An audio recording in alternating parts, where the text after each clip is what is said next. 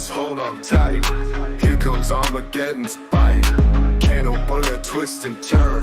Feel the power as you learn. Top rolls rising like the sun.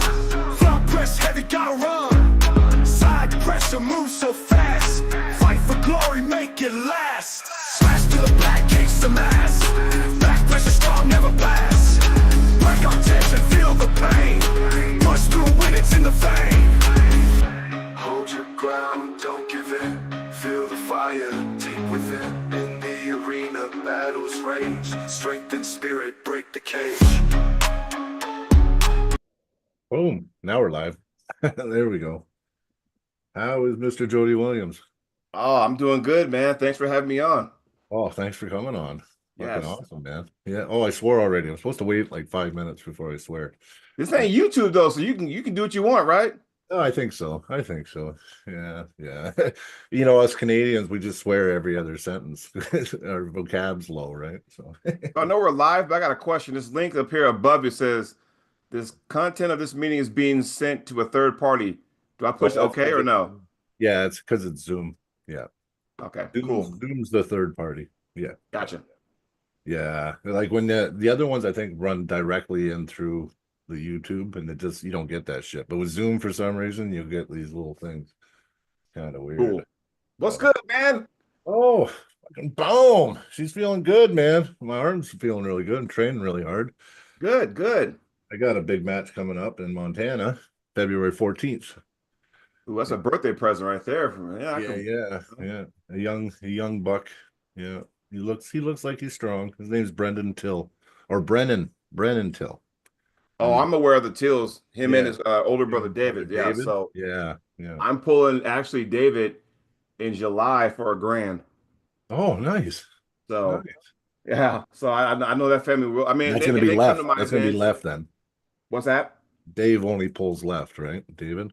He's predominantly left. Yeah. Yeah. He had a bad injury, and I guess it's all like artificial in his right or something. He crushed his whole right arm or something. Oh, it sucks training because like me, I used to pull right hand, and then all of a sudden, it's over the years, arthritis kind of just you said nah, and then bone spurs in my wrist, and it's just like I'm just all. It makes me one-dimensional right-handed. And it hurts to pull, so it's kind of like okay, Yeah. I might as well put this to rest. I'm not getting surgery because I don't want to get surgery if I don't have to. You know, Yeah, makes sense. if it doesn't affect my day-to-day operations at work, then I'm fine. So Yeah, like why go through that? Yeah, exactly. I have bone spurs and I got assists and I got actually my wrist only goes back that far. It won't go back more because I got bone calcium deposits all through my wrist. So it's actually in a way, it's kind of good. is it painful? It's painful. It hurts though. No, exactly. I get a pinching pain in my wrist. So if someone does take my hand, it usually hurts pretty good. So I was about to say, just put the strap on and just come in like that, man. It'll never go back. But I could, but you know what? I'm not really for the flop press, really. I don't mind it. I press, but usually just to finish. Like I'll transition. Right. If I don't get the pin on the hit, it's usually I follow it up with the press. So, but it's usually either inside like this or it's like that. So yeah, that's one of those break my hand back. For me, it's one of those break glass in case of emergency type deals, Oh yeah. Oh yeah. If it's all that you got, if that's all that's left, why not? Right? Yeah. Like, I'm all for it then. You know what I mean? But those guys that just set up and they just go right off the go, I hate that. Like I just hate it. I don't know why. People hate the King's move. I hate the flop press hit. I don't know. I'm not sure. And we're gonna be saying a lot of stuff, so I'm gonna go ahead and say my piece now. Yeah. You got to remember, back in the day, like in the early '80s, the top roll was frowned upon. Yeah, that's true. And look, about a big chunk of everybody uses that move now, so no one bats an eye. So with this King's move and flop, it's just another move. And I've been telling people, I had this conversation the other day, actually. I said, I guarantee you, in about 5 years, there'll be another move somebody done did where they frown upon that, but it gets the job done. Because think about it. Now, using the straps is actual style now. Yep. How often have you gone, Brian, where you got onto the table in a tournament and someone says, you want us to go to the strap? All the time. It's like, okay, fine. I'm like, nah, fucking, for me, you got to earn it. Earn it. Yeah. Actually, I'm I, the same way because I have such a hard time. I'm not the best slipper sometimes, mhm. and I like that better. I like earning it myself. Yeah. Plus, why not? Why not? Why not see where it goes? You know, if you can have a good, make the most out of the match, right? I mean, I don't know. Well, I mean, I look at it like this. If someone asks you that question, right, and you say no, they're going to slip anyway. They're going to get into it. So now my counter to that is that, oh, you want to go to strap? Fine. You want to go to rest grip? And we'll just count. If you want to play that game, I can play Yeah, the game yeah. too. Let's go to rest grip. No one wants ref script usually. Yeah, No, see? So then it's like, I all right, do. I let's love go the ahead, ref cool. script. Honestly, the ref script nullifies everything for me. It's great. And actually, me being, I'm still kind of newer to the sport. I've been competing about 2.5 years now, pulling Hmm. for 3. But for a long time, I would get my ass handed to me in the setups because, that's where you really get good. When you start learning Right. the tricks and getting what you want in the setup.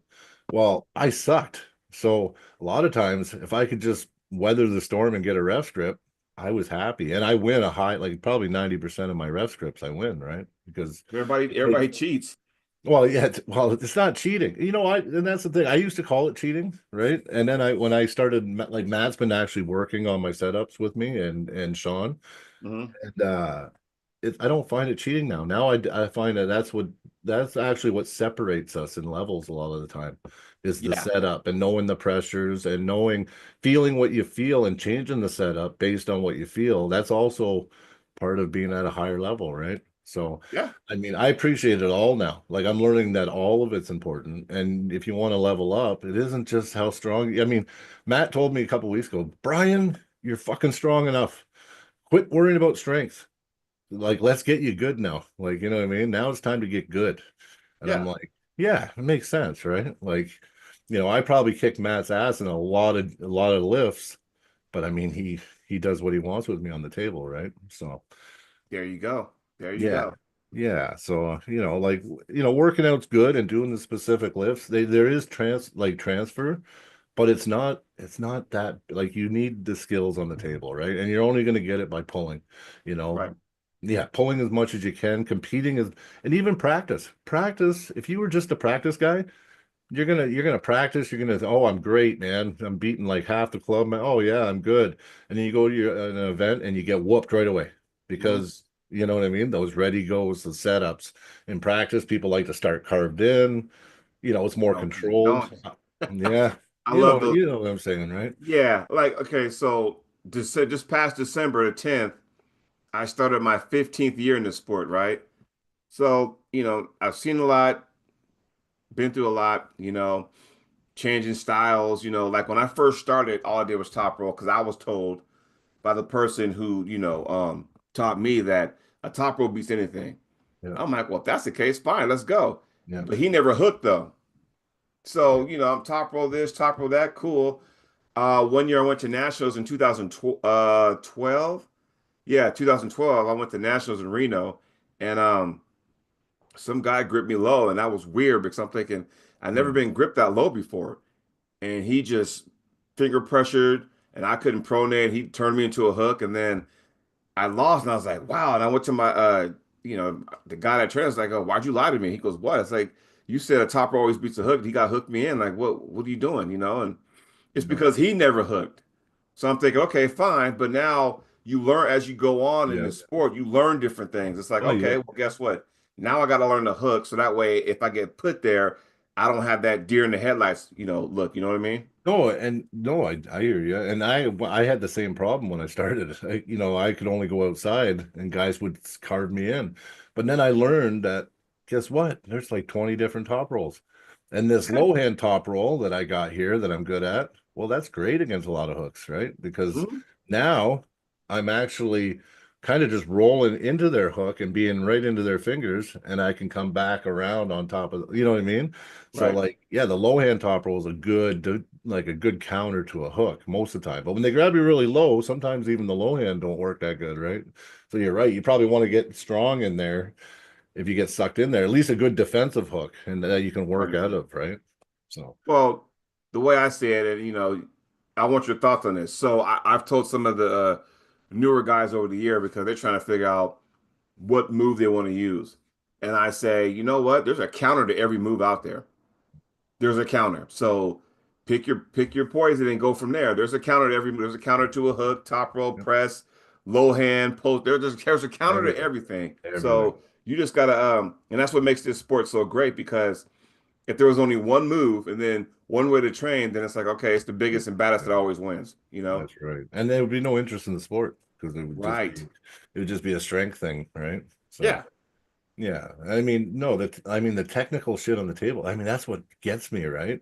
Actually, we just started playing a game recently. Sean, I told you Sean Crowther is my training partner. Yeah. He's actually kind of my mentor. Like I think Matt really mentors him, and then I kind of leech off of Sean because Right. I just look up to him, right? So, and he spends a lot of time with me. So we started this thing, and we call it the counter move game. So all we do is we pull at 70% and everything we do, we counter. So if he top rolls me, I counter him by carving him in or you know what I mean, or whatever I need to do, press, hook, top roll, whatever he's doing, I'm countering. And then when I counter, he's countering. And when I counter, it's just back and forth, right? But we do it at like 70%. So it's like not too intense, but it's still, you know what I mean? It's still at a certain, pretty 70% is actually still a lot, right? Like, and I that's think another thing too. It was only a year ago I learned about not going 100% at practice because like that killed me. Yeah, right. anybody listening that goes 100% at practice, you probably set yourself back more than you know what I mean? Like, and how much you retain on the table going redlining in practice, it doesn't all stick, right? So if you can just slow it down, go 60, 70%, and if you get pinned, who cares? Just go back and try a different angle, try different, you know what I mean? Try something Right. different and keep the same seven. I've done that where I get pinned at 70%, but I change one position of my elbow, and then now at 70%, I stop them. You know what I mean? So Mhm. that kind of stuff, right? I love it. Like I get so excited. Well, But I'm yeah, glad you brought that up. There's so many ways to, and I'm kind of the opposite. Like I train hard. Here's one of my things. Like it got to a point where when you're one of the stronger guys on your team, and I could just if I want to go ready go all day long, yeah, you that's not could. making me better. It's It's not not doing making that. them better. So what I would do, I'll play defense. You go ahead. I'll see if I can stop you. And so that muscle memory got to me to where when I started going to tournaments, You started catching then instead of hitting. yeah, sometimes Yeah, that I did got me the in same trouble. thing. Same thing. And And it's like going, yeah, I got to work on the hit. And it's like, yeah, but I don't want to hit all the time at practice because, I mean, that's in over the years with our team, it's gotten big, then it shrank, got a little bit bigger, then it shrunk again. And that was one of the things that when I look back on it, that kind of drove people away. If he's just gonna blast me on the go every single time, I can't stop it, then what's the point of me being here? yeah, they don't So even feel, yeah, exactly. right. And I thought about like, you know what? Maybe I don't want to do it like that anymore. Maybe I want to say, hey, I want this thing to work. So this is what you need to do. And you just do what you want to do. I'm gonna try to stop you. That way I get some work in and they get work in. And that's how we've kind of done that over the years. Yeah. Well, you know what I think another thing is too people miss is when you go to practice, communication means a lot. So when Yep. you're about to pull somebody on the table at a practice pull, communicate what you're wanting out of them. You know what I Hmm. mean? Or ask him what he wants out of you. Like, okay, we're pulling. What are you working on right now? You're working on your top roll. Boom, work with them, right?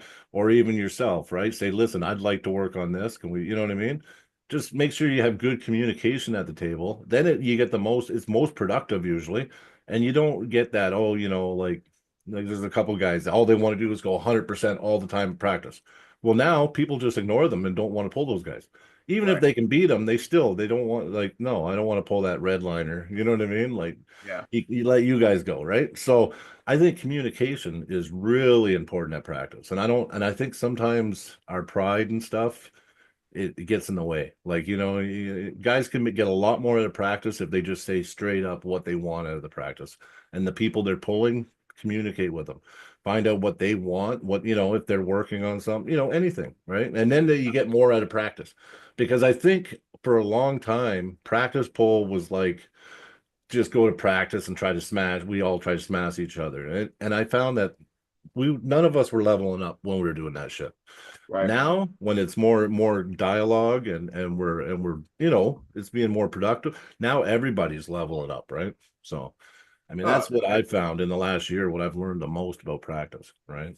I So, totally agree. Like I tell, because now our team is basically Two, maybe three people now. That's basically where we're at now. Really? Because a lot of our guys got young kids, they're into sports now, Yeah. and they're focused on that. And I totally get that because I was there once upon a time. Oh, me too. But Once a long time. with one of the guys that we're constantly getting at it, um, I just said, look, man, you do what you want. I'm gonna just try to work on my hook, right? And I got to work on that because there are times when I'm at a tournament or a super match and a guy's a legit hooker. I'm not quite ready yet, so I'm not going to venture into that. Unless I'm up 2-0, then fine, let me just see what Yeah. I got. Yeah. And I got to commit to it. But for me, working my hook, working my hook, working my hook. I got to get that down. But then I go to a tournament. I got some people say, "Oh, mate, just go ahead and topper. You don't want to hook them." I'm like, "No, why would I not want to do that? Because if I train my hook to get good at it, Mhm. and then I never use it, that's just a waste of time." I think a tournament's a good place to practice. Why Yeah. not? You Well, know, here's the thing.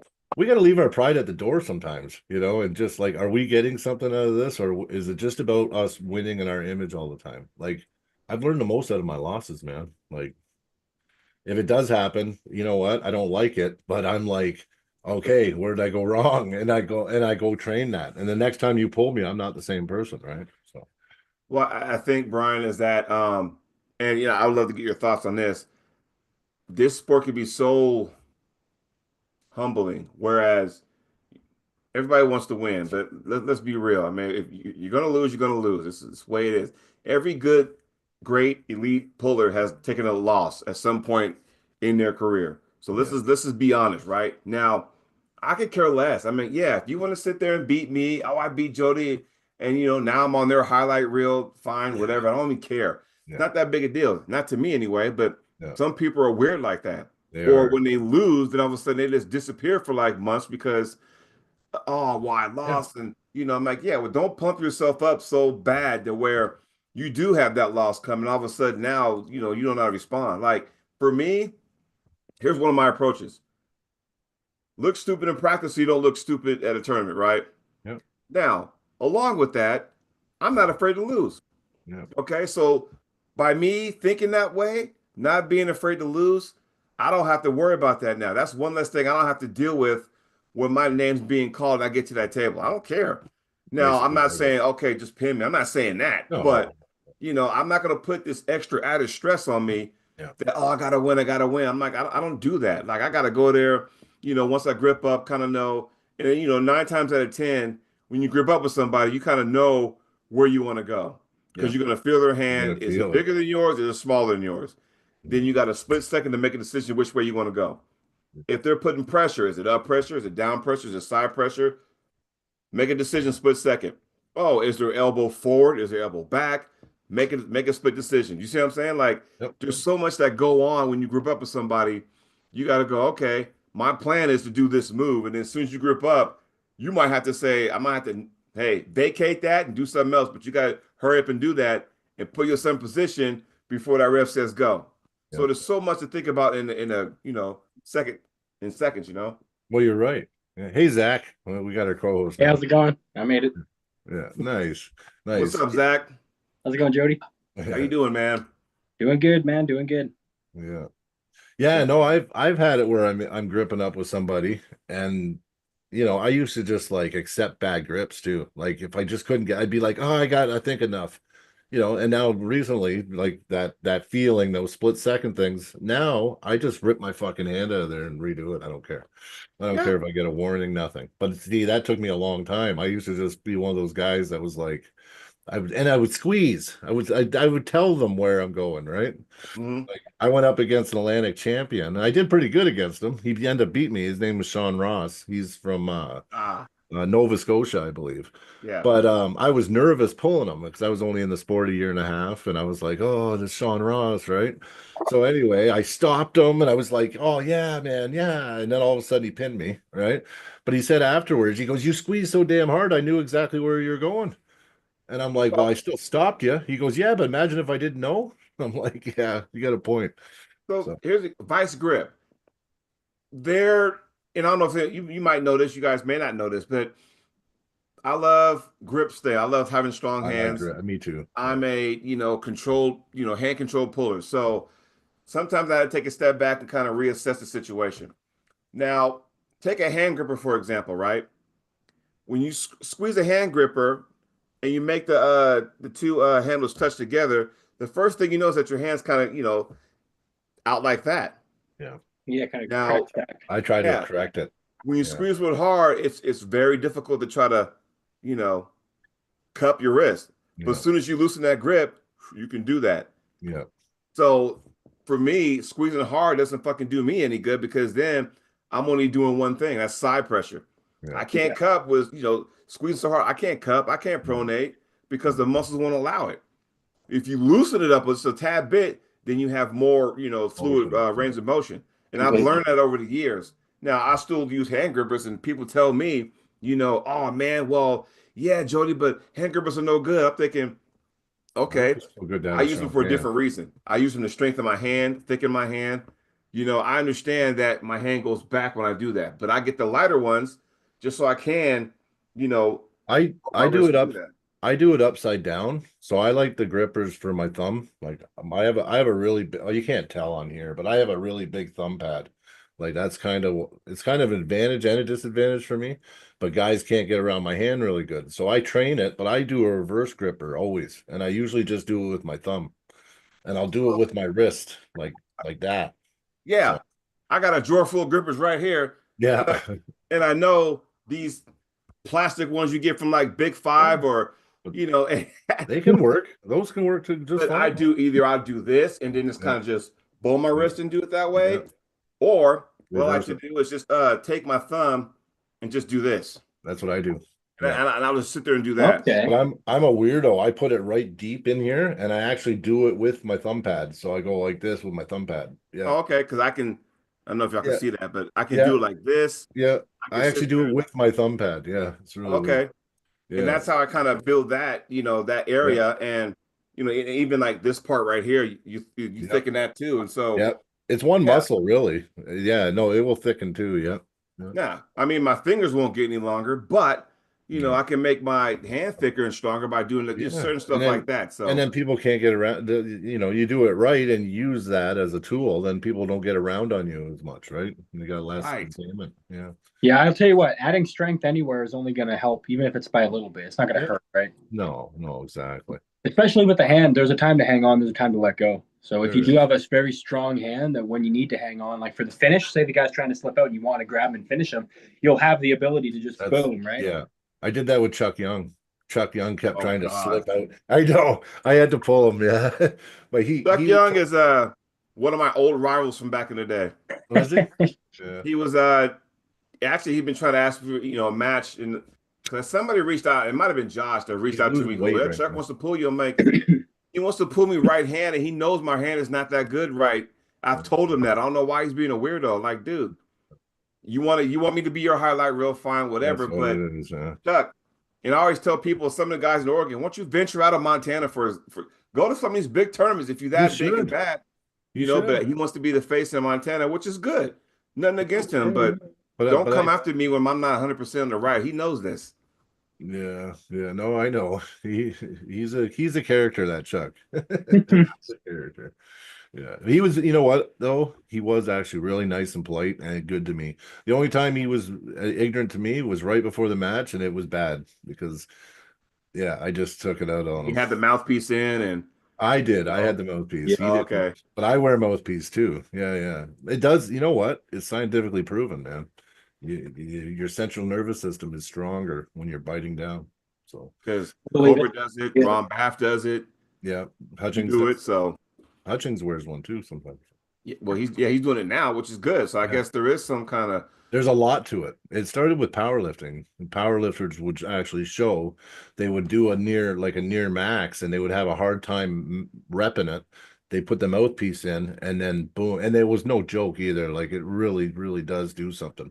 Something about that binding down with it just does something to your central nervous system. So you can pull out like, maybe 1.5% extra strength, but that could be a lot on the table, right? That could be, that's you could be 2% off somebody and it feel like a mile, right? Like yeah. in arm wrestling. Maybe that 2% is the difference between you getting a pin and not getting a pin. Exactly. Like people think, like when I first started, I would go up to the table and when I went pro after 7 months. So just because I felt like I'm not going to learn unless I just go jump in there. And I knew I was older. I was 43 when I started arm wrestling. So I was like, well, I'm older. You know what? I'm not just going to sit in the amateurs. I'm going to figure it out, see where I need to get to and just jump in there. I mean, I had, I think I did 9 amateur tournaments. I think I did 11 tournaments my first year pulling. There you go. Yeah, like I pulled a lot. Like I traveled everywhere and just went to everything, right? So, Nice. and actually since I started, I mean I've had 7 events of my own. I've promoted 7 events or with a partner, but I've been involved in 7 promotions. I've been now to the States a few times pulling. Yeah, like in the 2.5 years of pulling, I'm already like some guys say, "Wow, I didn't know you. It seems like you've been pulling at least 10 years." I'm like, "Well, I live, eat, breathe, and shit arm wrestling, so I probably did more arm wrestling or thought about it more than you did in the last fucking 10, 15 years." Like, you know what I mean? Yeah, I mean it's good to have that hunger, I'm because that way. I'm that way. I'll be 49 next month. Actually, my birthday is the day before you guys' event, Yeah, so you were saying that. Yeah. So the 13th of February. Yeah. yeah. So I'm like knock on the door of like grandmasters, which Grandmaster. is weird in itself, you know. I So can't wait till I get to be a grandmaster. I'm 46 or 7. I'm one of yeah, those. I think I'm 47 now, actually. But grandmaster sounds good because I'm a super and I can never get that light. So now I can pull the pro, open, masters, and grandmasters. So now I can actually go to an event and win multiple medals or trophies. So I think that's you want to cool. hear something funny? So I'm going to Winter Blast Yeah, I in was March. wanting to go. We were talking about it. Yeah. Their grandmaster starts at 49. Hey, There you go. So I'm gonna pull. Obviously, it hasn't been announced yet, but Arm Gods will be there. So I'll be pulling at that. So it's like Team USA versus Team UK. They're coming down, bringing their group. So I'm doing Yeah, that. That'll James be Friday Malone, all night. those guys. Yep. Tournament Saturday, so I can pull left hand open, 242, left hand masters and left hand grandmasters. So I'm gonna be a busy guy. I might be walking like this because my arm might be dragging because I've done all the work on that one arm. So Well, you know what? Before we get too far into everything else, yeah. actually, we talked about it before. Yeah, like what got you into the sport? Like I'm very curious to see, like what got you into it and what kept you in it all these years. Well, what kept me into it is like I'm a very physical guy, sports, I did 7 years of semi-pro football, and that was fun. But when you get to a certain age, you can't do that anymore. And then Yeah. try to like go to work that following Monday, and it's like I dear can't. God, yeah, taking hits and then Yeah. Right. So I was getting too old for that. But I still love the sport. But I was working at a warehouse at the time, and there's this guy, he was like saying, "Hey, you ever arm wrestled?" I'm like, like with some friends, and you get drunk at a table being stupid, and no one knew what the hell they were doing No, anyway. It's just if I can get you from here to there, I win, whatever. yeah.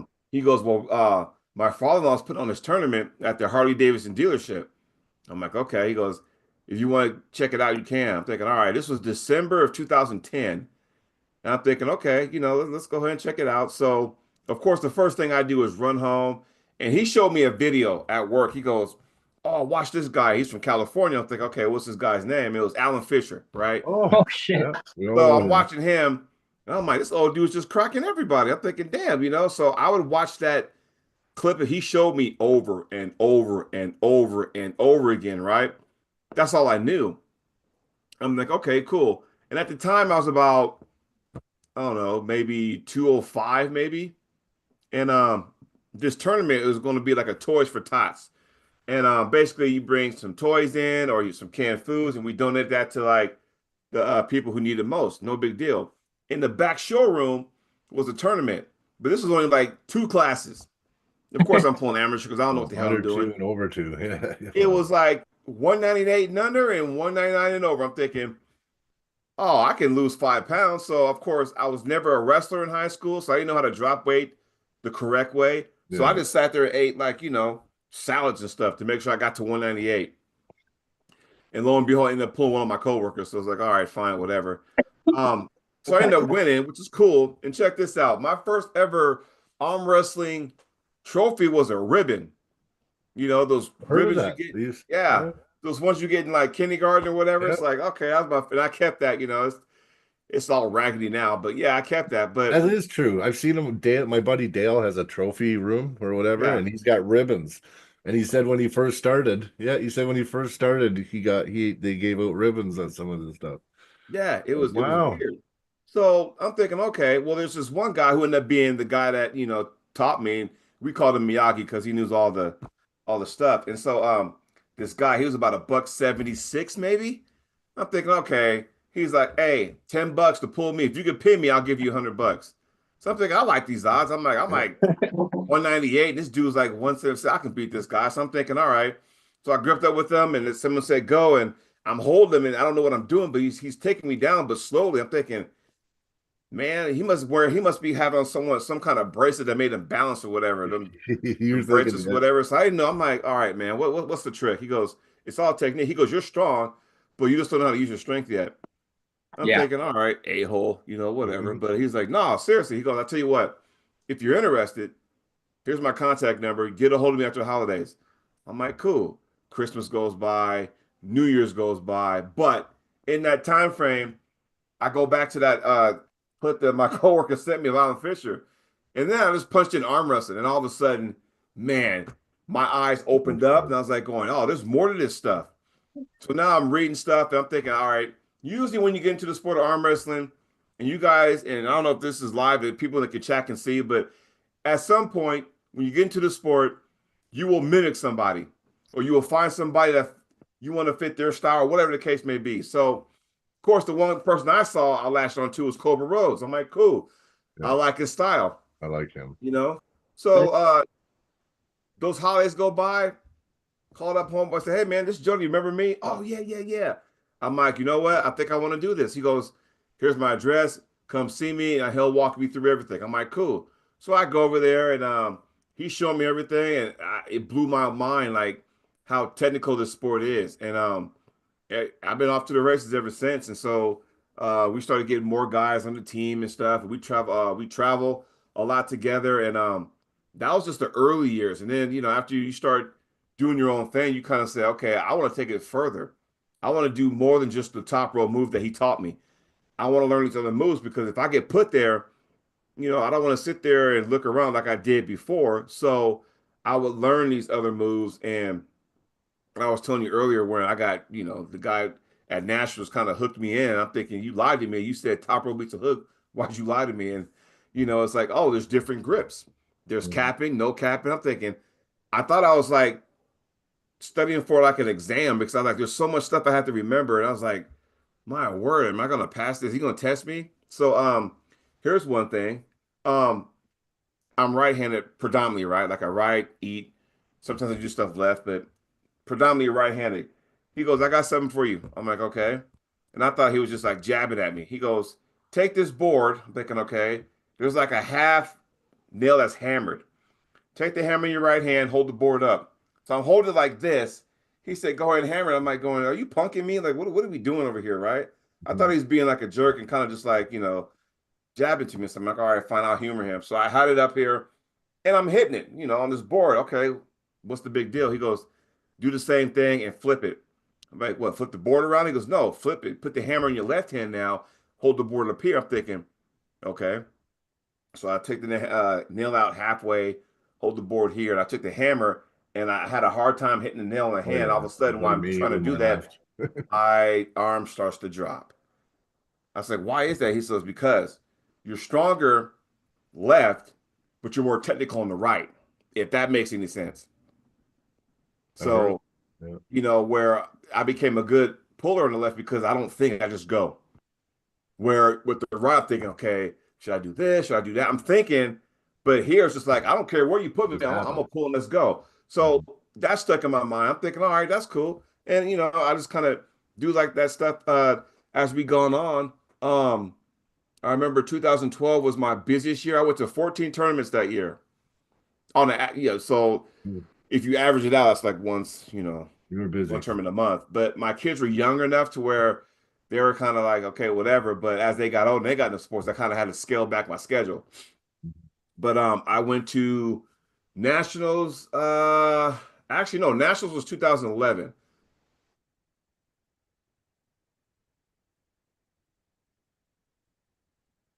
Did we lose you? He's either deep in thought or we lost him. Yeah. Yeah, it looks like he's praying. Pulling the 187-pound class. There you go. There we go. Yeah. And I'm like going, why? Oh, you don't want to do that because all the guys from 220 are coming to 198. Mm. So being green is sport, I'm thinking, okay, I'll do that. And listen to your body. Only nobody knows your body better than you. And that's what I learned. But here's the story though. You might get a kick out of it. So I'm thinking, all right, fine. I'll cut the 187. I did nothing but salad, water. Drove me crazy because I had no fucking flavor and all that kind of stuff. So I'm thinking, all right, fine. The three of us drove to Reno. So Reno was the host of Nationals that year. And that's like a 6-hour drive from where I'm here in Bend, Oregon. So, we hop in a car. We took our team captain's scale. We're driving 4 hours in. We pulled over. Hey, let's weigh ourselves. All right, cool. Oh, I'm like 4 pounds over. Okay, fine, whatever. So we're drinking a bunch of water, Pedialyte, stopping at rest areas, using the bathroom, that kind of stuff. And we finally get there. And I'm still, with Nationals, you got to be dead on or you going to the next class up. No So holding allowance, no nothing. I'm like, okay, this ain't working. I'm thinking, fuck, So we go to register and I go to get our hotel room. And the sun was out, right? And this was like in May. The sun was out. Then all of a sudden, it got like dark for a second. I'm thinking, okay, the cloud must have went, the sun must have been behind a cloud. And I look back, I'm thinking it's fucking Richard Lucky's kind of just blocked the whole. Oh, wow. Where the sun was, I'm like going, oh, hey, dude. Richard. He goes, how you doing, sir? I shook that dude's hand and my hand disappeared. I'm thinking, oh my God, Yeah. So he's there. So I'm in awe because this is my first national. I've done other tournaments, but now it's like a big one. So, I'm shaking hands with Lucas. I'm like, holy shit. Walking by, there's Cataract over there. I'm thinking, oh, this is big time stuff over here. I'm thinking, all right. So I'm like, wow. So now we registered. Now I still got some more weight to lose. So we go to the steam room, and I've never recommended this to anybody, but go to the steam room. I'm in there. I can't breathe for nothing. I'm thinking, man, I can't do this. Vapors, whatever. I can't breathe. I come out of there, damn near pass out. I go to the sauna, and that's where all the dudes are in. They're all in the sauna. We're kicking back, chit-chatting, where are you from? All from here, and yada, yada, yada. And everybody kept walking out thinking, why does everybody keep walking out? This is cool, And when I walk out, I damn near like fainting again because now I haven't eaten yet. Because I'm trying to get I'm trying to cut to this 187. So I'm probably dehydrated and all that kind of stuff. So, all right, that should be enough. Let's go. I go down there, registration. I remember because Karen Bean was there. Thinking, all right, cool. So I go there, I hop on the scale, and I kid you not, I was 2 ounces over. What? Ounces? Yes. Did they be on 2 ounces? You got to be dead on. Oh, wow. I'm like, what am I going to do, man? Like, so they're like, well, you can either maybe 10 minutes in the morning in the steam room a little bit because we had like a half hour before we're done. Or you can drop trowel and take off your wedding ring. I'm thinking, well, let's fucking do that. Because then my teammates kind of made a wall behind the curtain. That way people couldn't see me. I'm taking that. I don't care. I'm taking everything off. So drop trowel, take off my wedding ring, hopped on the scale. And before I did, I exhaled.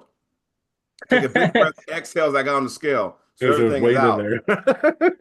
I mean, I didn't do the Daniel Cormier with the thumb on the tail. I didn't do that. But I exhaled, and I shit you not, 187. I said, take a picture now before that motherfucker moves again. So, oh yeah, we got it. Hopped off, got my clothes on. We go to the food court. And this was back when Quiznos was still open, right? Oh, yeah. I like Quiznos, though. Yeah. I go there. I get a foot-long roast beef sandwich. And I got the biggest Dr. Pepper. So I'm thinking, okay, I'm ready to eat. Man, I took 3 bites, and I was like, I can't finish this. Yeah, you're because my stomach shrinked because I was so worried about. You were so hungry, but I was worried about cutting this weight that I never ate, and I felt good. I felt fast, but I never felt strong. Yeah. So now you kind of go, okay, well, you know what?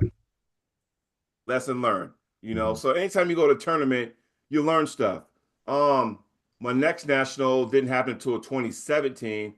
By that point, I was pulling masters, but I remember that was April that year, and it was like January 1, 2017. I weighed 240, and I need to get to 220. Ooh. So I got 20 pounds to lose between January and April. I'm thinking, all right, let's fucking do this shit. So I went walking every single day, and I cut down there. And by the time I weighed that day, I was at 216. Yeah.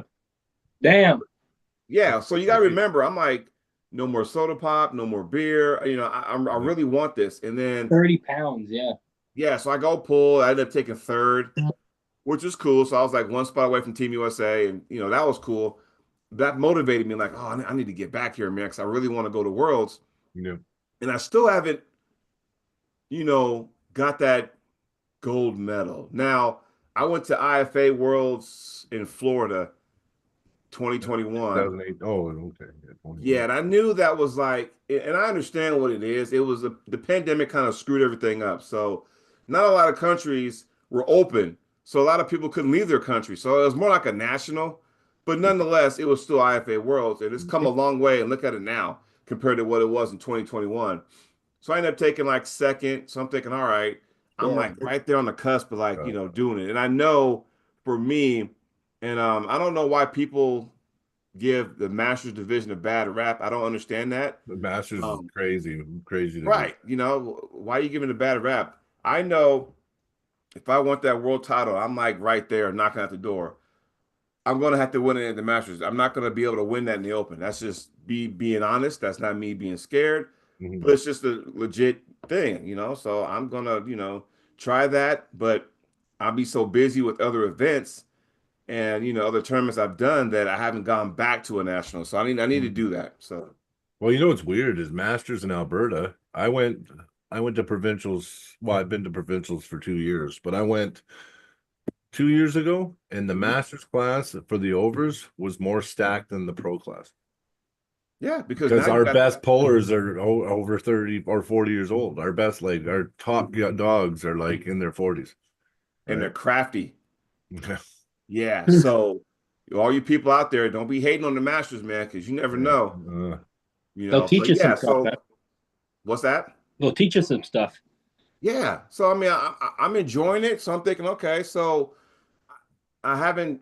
I will obviously I won't be going this year. I got so much planned for 2025 that I wanted to go to the Montana Armbender, and Yeah. participate, That but would have been I got awesome. everything just laid out to where I'm like, I don't know, man. I mean, I'm not saying no, but when you're getting calls going, hey, I want to, like Carnegie. Yeah, yeah. Hey, man, I want you at one of my Mac events. I'm like, yeah, well, what you talking and stuff, and we talk back and forth, and hopefully this will work down later in the year. Um, Arm Gods, in March, in conjunction with Winter Blast, I'll be Okay. doing that. Yeah. Yeah, that's Um, good. Yeah, because you know what? There's lots of big shit out there. You should be there. I watched when you pulled Arm Wars too, and I thought you did really well. Yeah. I know you took an L, but I liked it. I was He had a really good. good flop press. I remember that. Yeah. Yeah. Oh, you know what? That came out of necessity. So we were so Fair. Brian, you remember he said the Yeah, flop we press were is more like an yeah. emergency. So okay, now my going against Adrian Popescu, the guy from Romania. So this is Yeah. my Yeah. first taste of Crazy puller, crazy good puller. He did yeah. really good. Yeah. This is my taste of pulling somebody on the international level. Yeah. Yeah. He's a badass He's a Romanian. high So level, high I level. get there. My thing, all right, I'm gonna go ahead and top roll this dude. I know he's taller than me, so I gotta be real careful because his Lever lever's, length. Lever's longer than long. mine. So I Yeah. gotta be careful. So I'm thinking, all right, here we go. So I'll go to grip up. I'm getting ready to pronate, but the way he gripped up with me in the setup, he blocked anything I want to do.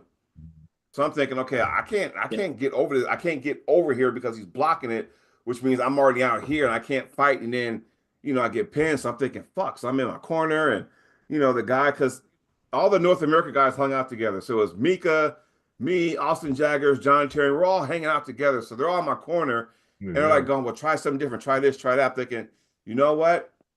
Fuck it. I'm just gonna go ahead and go on a hook. And lo and behold, that hook press was open because all his attention was up here, but nothing was going on down here. So I just fucking dove in it. And when I Boom. got in there, I was Got grinding. it. I'm like, all right, well, I'm gonna grind with you. If I'm gonna go out with a loss, you're gonna make sure you gonna know that Yeah, you you're put gonna in the feel war. me. And that was my Yeah. mindset. So yeah, Yeah. I learned a lot.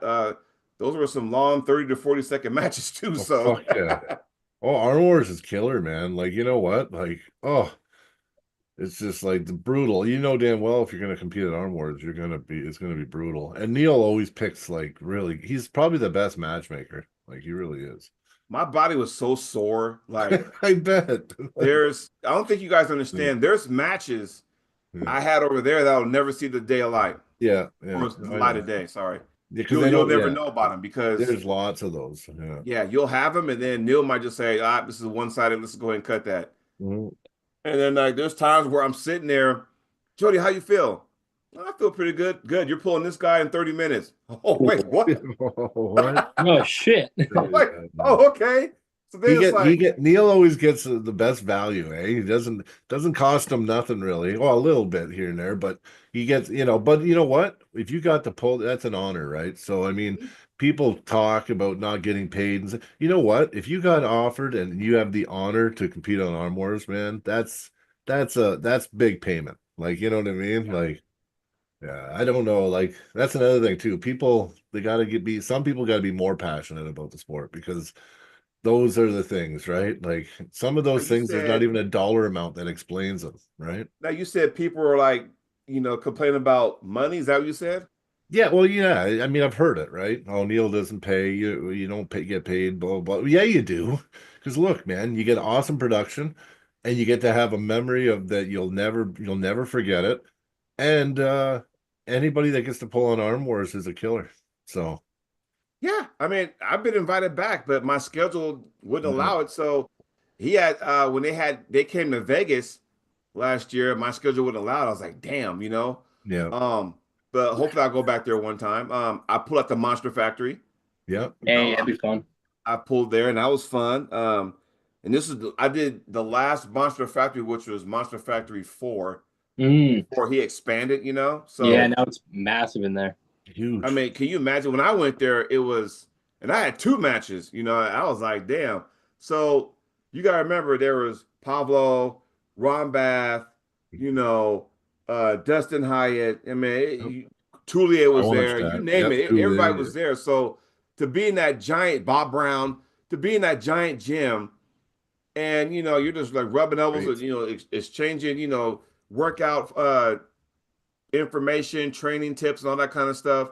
It's fun, and I was fortunate that I lost my first match, but then I won the second match. Yep. So I was able to get at least get a victory there. That Get was win, yeah. cool. I liked it, and this is where I'm gonna kind of morph into a different topic. But when Yep. you have all these new organizations, I'm kind of all over the place, so you have to Well, it's excuse good me. because I was going to touch in on organizations with you anyway on this. So go ahead. Right. I like what they're doing. I think maybe there are some good things and bad things about the pandemic. I Yeah. think the good thing, well, the bad thing kind of shut everything down. Like in this cabinet to my right over here, I still have a WL contract, Yeah. right? Damn. WAL. They made a mistake though. He made a mistake. He made a mistake shutting it all down. Well, I think the pandemic kind of shut it down. It's never regrouped. So I got Well, this he contract shut it sitting down. here, He could have listen, there was people that said fuck it and kept going anyway, right? right? So, and they're the ones that if you look who's successful right now, it was those people. Well, now that contract I got is a souvenir, but Oh, that's Yeah. a good souvenir though. I I was love about the to sign WAL. it and then send it in, but that's when the pandemic shut everything down. Now, I think because we always heard the rumors about them coming back, right? So my thought process was this: if you're gonna come back, you cannot come back with the Supermatch series as it is now because Yeah, what KOTT is doing, what East vs West doing, you ain't gonna compete. yeah. No, you're right. You can, but you won't get the elite pulls that you had before. But There's True, some. but there's always new elites and new gems. And I mean, WAL had it had like a bunch of levels in there that were part of WAL. You And got to, yeah. it was more about the matchmaking than this is what I say too. The fucking everybody thinks the match is, oh, you got to have the big name. No, you don't. You got to be a good matchmaker and make sure no matter what level they are, that you give them somebody that you know is going to be close. It's about the match, right? It's about, you know what I mean? The two guys that you put against each other. It doesn't matter on their level. Long yeah. as they're close, it's going to be a good match. Like, you know what I mean? And Anyway, you sorry got I to look at ranted for a sec. you got Yeah. to look at what AWE and what Magda's doing and stuff too, right? They're working with what they have. They're getting Yeah. some big names that aren't signed, right? Well, she's even getting people that are signed. She's been lucky. I don't know how she Yeah, worked that out, but she's yeah, doing the best she can there. yeah, yeah. But Well, yeah, It's not impossible, but it definitely like Jody makes a point to where all the major big name draws, like everyone knows that the number one in the worlds are on the East versus West on the King of the Table card. You know what I mean? Yeah, no, it's true. You want to see the best of the best go at it, you got to watch those cards. So what do you right? recommend for WAL then? Yeah. I would say go back to when they first started a tournament format, when they had the regionals. Mhm. Yeah. Because then there was like, oh, I got a shot. I got a shot. All it takes is somebody to have a bad day. You can capitalize on that. It's like your attitude is like, okay, because I qualified a couple of times, but work wouldn't allow it. Fuck you, work wouldn't allow it, right? So I'm thinking, okay, but my mind thought was, okay, whose weekend am I going to wreck this week? You got to look at it that way. Yeah. I think if they were to come back, if you did that, you'll get a lot more because remember, another good thing that came out of that, and I'll get to a bunch of them. Everybody sat there. What they do? They watched YouTube, wrestle stuff over and over and over. And that's I think how we got a spike that shot in the arm that we needed because everybody sat there who couldn't. That's why I anything started arm anywhere. wrestling. It was Right. COVID. I was getting 340 pounds sitting on the fucking chair watching all the WAL matches. Actually, I watched all arm. I got so into arm wrestling. I was watching your matches. I knew about you before I even started arm wrestling. Really? Oh, because I study. So I started going through all. I wasn't just watching WL. I was watching local tournaments that were just fucking uploaded to YouTube and shit. Like I was watching everything. And then who's that guy that did Arm TV? Oh, Gary Roberts? Gary Roberts. I must have spent 2 weeks all day long watching Dude, he's got thousands of video, like high quality content, man. Yeah, man. You know what? That guy's the man. Honestly. Yeah. He did amazing things. That guy's archive, I swear, is worth money. Like it's worth money. God, some of the Still old watch school it. stuff, and it's a shame, but we've evolved because now the big issue, he has a lot more he won't release. Yeah. But Ryan Bowen wrecked that for me. Yeah, thanks, Bowen. Appreciate that. Thanks, buddy. But another good thing, all these organizations came out of that. Yeah. So you look at KOTT, King of the Table, East versus West. Okay, now you're gonna have all the elite people. No problem. I'm a big fan of arm wrestling. I'm gonna watch everything no matter what. Yeah. I think some of the problems that Wall had before COVID was that it gets to a point where you keep recycling the same matches. Are people going to be interested in it? You know what I'm saying? Like you start recycling people, it's like, okay, but then it's like, well, what about me? I mean, I know people who signed a contract only got one match. Yeah. Like, that's why they're saying don't sign contracts, whether it's with UAL in the early years or WAL. And so let me just go ahead and talk about Who that. ran UAL? Was it Bill Collins that ran UAL? He was teamed with Robert Drink. Oh, okay. Yeah. And Drink was the money man and all that. So, and they had awesome tournaments too. But you start signing contracts, I'm like, okay, what does it say in small print? Where you're exclusively to us, but you can't pull nowhere else. I'm like, I'm a grown ass man. I'm gonna do the fuck I want to do. But here's my thing on that. The only thing, or I should say, the only way a contract is good for a puller is that and let's just say we'll use Mac for an example. Not saying it will happen. If it does, we may have to talk turkey. But let's just say JJ and Carnegie came to me and go, hey, they start giving out contracts. I will promise you 3 to 4 events a year if you sign a contract. For 1 year, I'm thinking, okay. Because then if you're promised that, right, I'm okay because all I got to do is train for MAC events. That's it. Because I was told that. Problem is with WAL, they might have got those same conversations, but then they never got the call. And now you're on the sidelines going, okay, I'm kind of stuck now. I want to pull, but I can't because I'm waiting on the call. Never got the call. Yeah. And that wasn't fair. That was ignorant on their fault, on their end, because guys were sitting in limbo. I mean, even Jerry Caderet was one of those guys that the reason he didn't pull for so long is because he was just sitting. Right. So, it only benefits if you have an agreement with that. Now, everyone's contract was different, though. We know Michael's contract and Devin's was different from everybody else at Wall because Travis's contract was different. Travis was different from everybody. They are who they are. So he it's did different. his own. I think he made his own contract. Seriously, I mean, I know you guys are based out of Canada, but if Carnegie says, "Hey, man, let's sit down and talk turkey. You're an awesome puller. We'd love to have you there. You bring energy along with good stuff. And if we can say, hey, we got you 3 matches a year, I would consider that because now it's like all I gotta do is focus on that. I'm good. Now, if I'm on the sideline, then I'm gonna be upset. because I'm just sitting there. But Montana Armbender, Global Elite, Mac, um, all those events, Knuckles Up, that's this Saturday, by the way. Yeah. Awesome. You know what I'm saying? Armed Gods, which is our rival to Armed Wars, but there's so many organizations now that came from when the pandemic set in and then nobody couldn't do anything. Because now we know all the elites are going up there. Yeah. KOTT, They East are, versus but there's West. only so much room up there too. You got to think, and there's a lot of the elites. The Yep. number of elites are growing every day. Yeah. So I mean, I wouldn't worry. You know, one thing I can say that this is what I think with WAL, and I'm seeing because they're not going to come back. I'm heavily invested in another organization because of it. Mhm. But what WAL had that East versus West doesn't have, King of the Table doesn't have, is production quality. Yeah. That production quality, like as a non-arm wrestler, hooked me like hook, line, and sinker, where I was into it, watching Devin fucking battle it out, and him and Jerry, I think was the first match I ever seen. Right, I seen Hutchings and our guy Matt Mask, seen that match. It was like I just got hooked. You know what I mean? And I think that if WL came back and even up their game even more, listen, it's not always about the level of arm wrestling. But Yeah. if the level's still Level of decent, entertainment might be more yeah, important. the entertainment way, because there's different. We're looking at different things, right? We're looking at level thing, yeah, East versus West, King of the Table, and maybe Knuckles Up, and some of these other ones are starting to grab those top guys.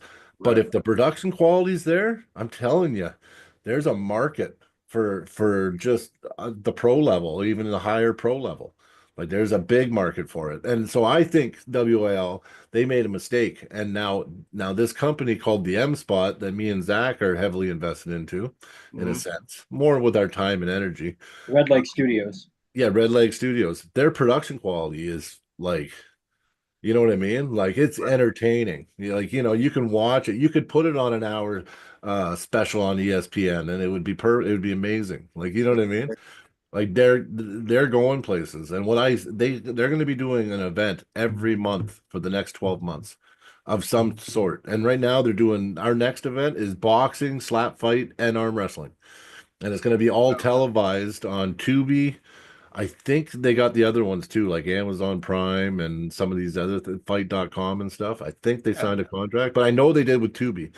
So anyway, they're locked in. So do you see what I mean? Like I'm Yeah. pumped, man. Like, and you watch Arms Again and City Slickers? Did you get a chance Yeah. to watch any of those? You know what? I sat there and I love the theme because, the city slickers, the Yeah. slick back, they coming from the Northeast. They come over here to Montana for the country folk. And Yeah. my opinion, from when I stood back, it seemed like the team city slickers were more intact, Mm. whereas the country folk, it was just a variety of people which they had no kind of connection. That's what I felt. Yeah, It you're right was about like that. that. You're right about that. Yeah. Yeah, because Steve Fernandez and Dan Swartz, they developed a team. Hmm. You know what I mean? I even think they did a qualifier for it, but they developed a team and brought the guys from New York, New Jersey, the tri-states or whatever you call it, Yeah. and they brought those guys down. Where Montana's really spread out, right? Like there's guys all over the place, and a few of us Canadians did come there and compete, but Alberta and Montana, we're like brother and sister. Like we're right. Like I'm in Montana in like 4 hours and 20 minutes. Like I'm in Okay. Great Falls. I'm actually 3 hours. I'm in Montana. That's how close we are. So Gotcha. we got this new thing now where we're almost one. Like we're pulling all the time now. They're coming here and pulling in our events. They're even coming to practices and shit. Like, Oh, nice. yeah, so it's kind of like they made a comment about, oh, we beat Canada. You beat one Canadian, man. There was like two Canadians that were competing, or two or Yeah, three. because Jolene Anderson's from Utah. What are they talking Yeah, about? Like, yeah, I know. But Madison, what? Wow, I'm really That's impressed with Walker. Yeah. Madison. Madison Walker. Oh yeah, I'm trying to get her a match, and I've already been putting it in Ian's ear and a few other promoters and myself. If I get a chance, I'd like to see Sarah Wilson and Madison Walker. I please. think Sarah is the heavy favorite, but Madison, I'm telling you, something special there. I would like to see Sarah Wilson out more. I know she's got some stuff going on with her right shoulder. So, and Yeah, she's like me. It's hard to get left-handed matches. It's hard. yeah. That's where we are right now.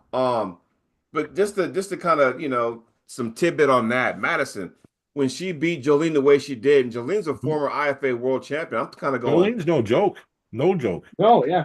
I did that. I was like, holy crap. And they decided it. It was tied. It was tied. Country Folk City Slickers were tied into their match. And I had them on my podcast the week of, kind of getting them fired up and stuff. And when I saw that, it's almost like when Jocelyn beat Sarah Bachman, it sent shockwaves, right? You know, hey, Madison beat Jolene, send shockwaves. But this is why this sport's so great, because what happened in November? I asked, I saw her at the WSA, another promotion, World Series of Arm Wrestling. I saw her, Jolene, there. I was like, so tell me what happened. She was like, I had my dad in my corner. It's just the whole thing was just weird. I had to walk down this long path to the table, and I was just like not in my element. Yeah, that happened. She was still pissed off. So you know that I just got my ass kicked by Madison. So what does Jolene do in the tournament? She beats Angie Rose. There you go. There's again, right there. This sport is so icky. Yeah, hey, it's it can true. go either way. There's guys I beat that can beat guys I can't beat, and like there's all kinds of shit. Like styles do make a difference. You know what I mean? It's different strengths. How you put. That's why matchmaking is very important. Don't just be like, oh, he's a crazy hooker, he's a crazy top roller. Let's see what happens. Like, no, why don't you look at it? Oh, they both like to bang inside. Okay, they both have similar attributes. Okay, they're beaten similar. Boom, that's the match. You know what I mean? Like, I don't know. I love matchmaking, right? So we're gonna start doing through the finger events coming up. Like, actually, we've done one. We've won, yeah, we've done one. So like as through the fingers, but we're gonna be doing more of them, and it's gonna be about the matches. It's not like if the level's there, it's there. But if it's not, it's the matches are gonna be. They're going to be awesome, right? Yeah. We're going to try to get a good production quality. There's no shortage of people that would want a match that could provide a good experience either. Like, plus our level, hundreds of people. No, it's true. And in Alberta, the level is actually pretty high in Alberta. Like, I didn't know myself. I was scared pulling Chuck Young just because I was newer, and I'm like, oh, he's been pulling 12 years or 13 years, and Sean's like, Brian, man, don't worry about it. Because Sean's Crowther, he's been investing in himself. He cracked the top 20, in North America, our teammate. Nice. Yeah, he beat Don Underwood 2 months ago and cracked the top 20. So that's big for us, for our team. Sean, good going. And that's good, Yeah, I know. I get all excited off track here. But anyway, he said to us, he goes, our level's actually pretty high, Brian.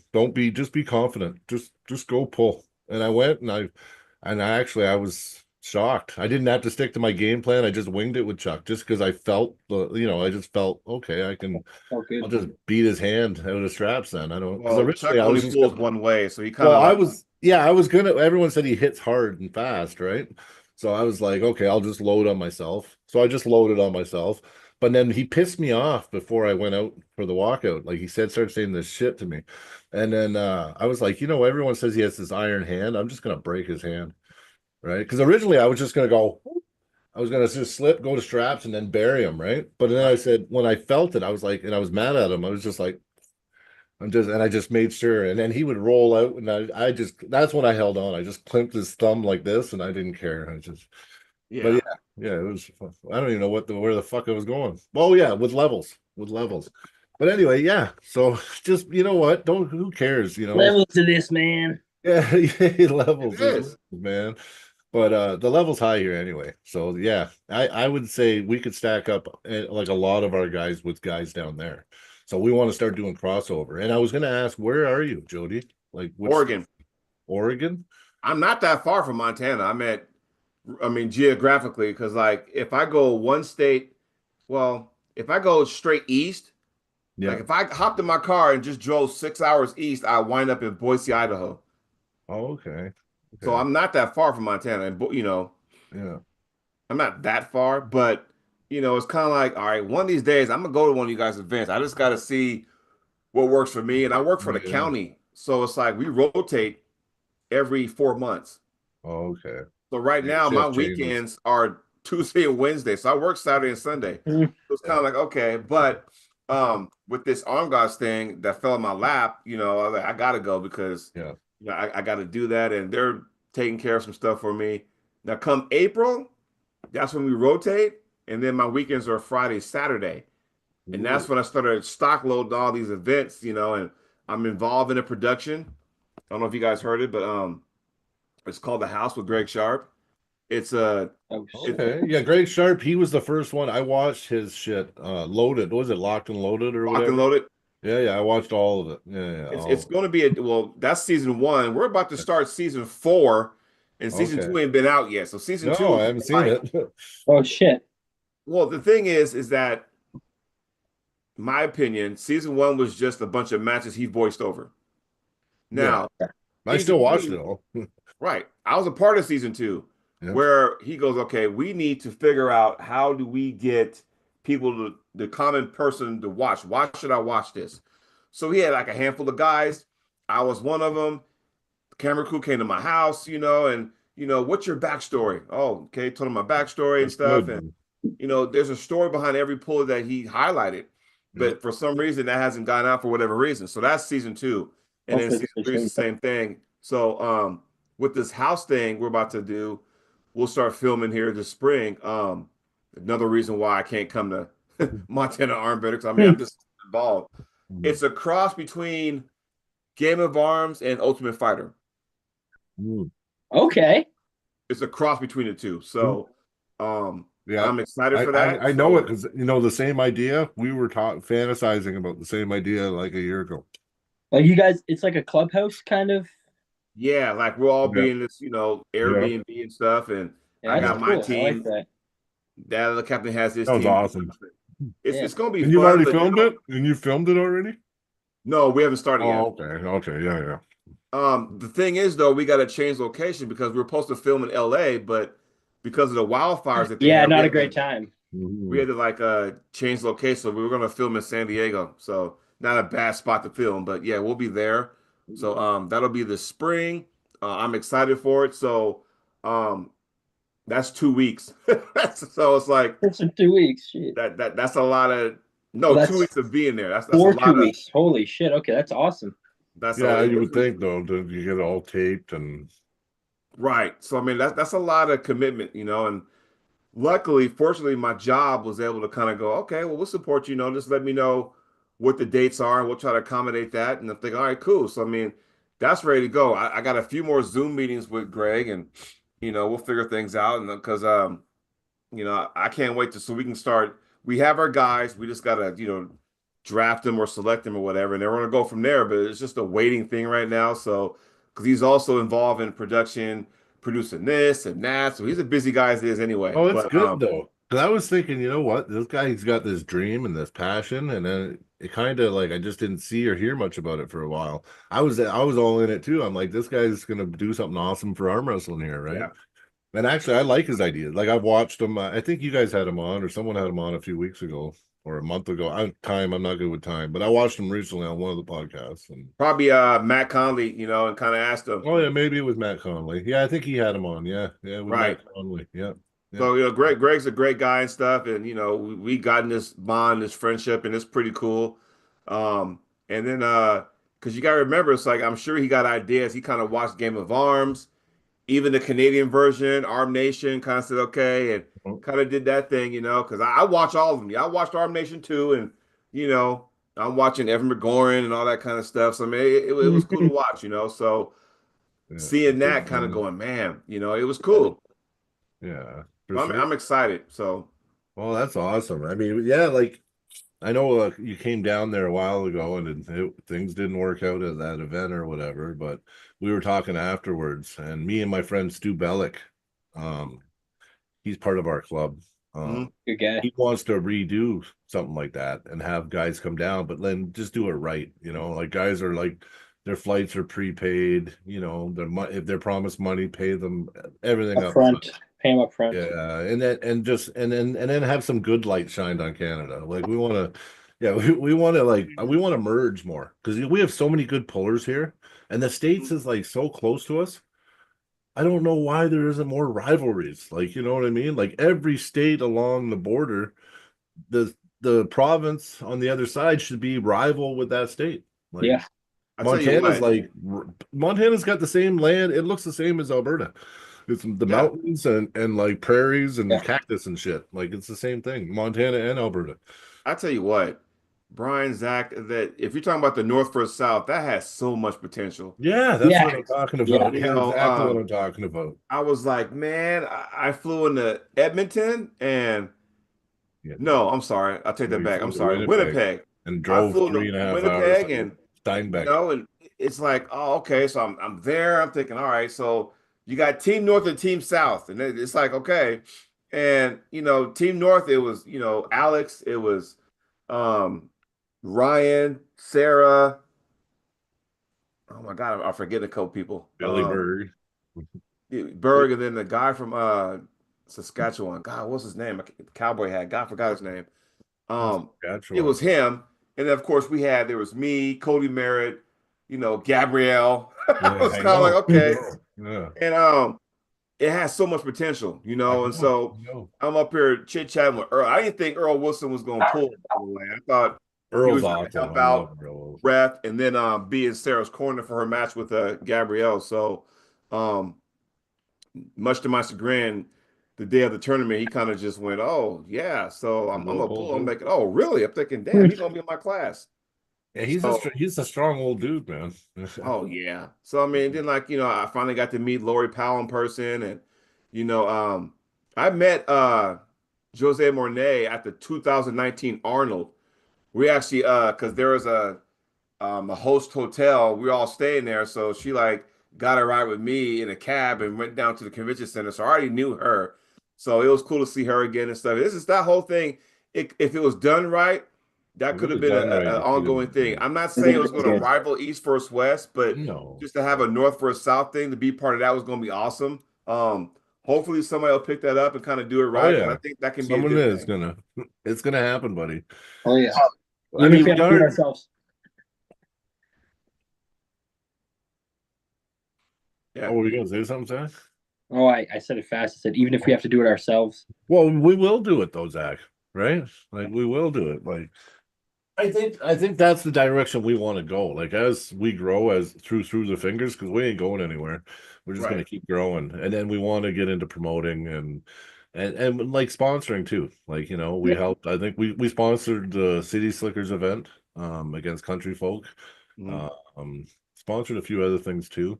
But yeah, we're getting out there. We want to do all that shit. The North versus South, there's a few people here that actually can afford it too, that are interested in actually Right. like being part of it. So Yeah. it would be, and we can line up some crazy matches. Like we got some guys in Alberta that I think should be in the top 20 in North America, like for sure. But Yeah. because no one travels, like people just got to stay, let's travel a little bit. But now that we met Montana, it's great because now we're mingling with Montana. So it's Mhm. benefiting Montana too, because their levels actually, they're being exposed to a pretty high level. Like when we went, we whooped them. Like First time. the Alberta, the Armageddon, like we cleaned house. Like, oh yeah. Right. Oh yeah. It I was think it like, was 18-5 or something. yeah, something like 18 wins that. to 5 wins. Ooh, Yeah. ouch.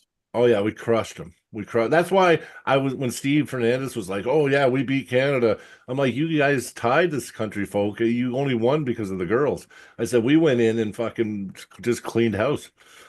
So Yeah, I don't was act like like, you wiped the "You want floor, to?" everybody. I was It was gonna say, three. you want to bring that team again to Alberta? Let's do it. You know what I mean? But Yeah, anyway, you know?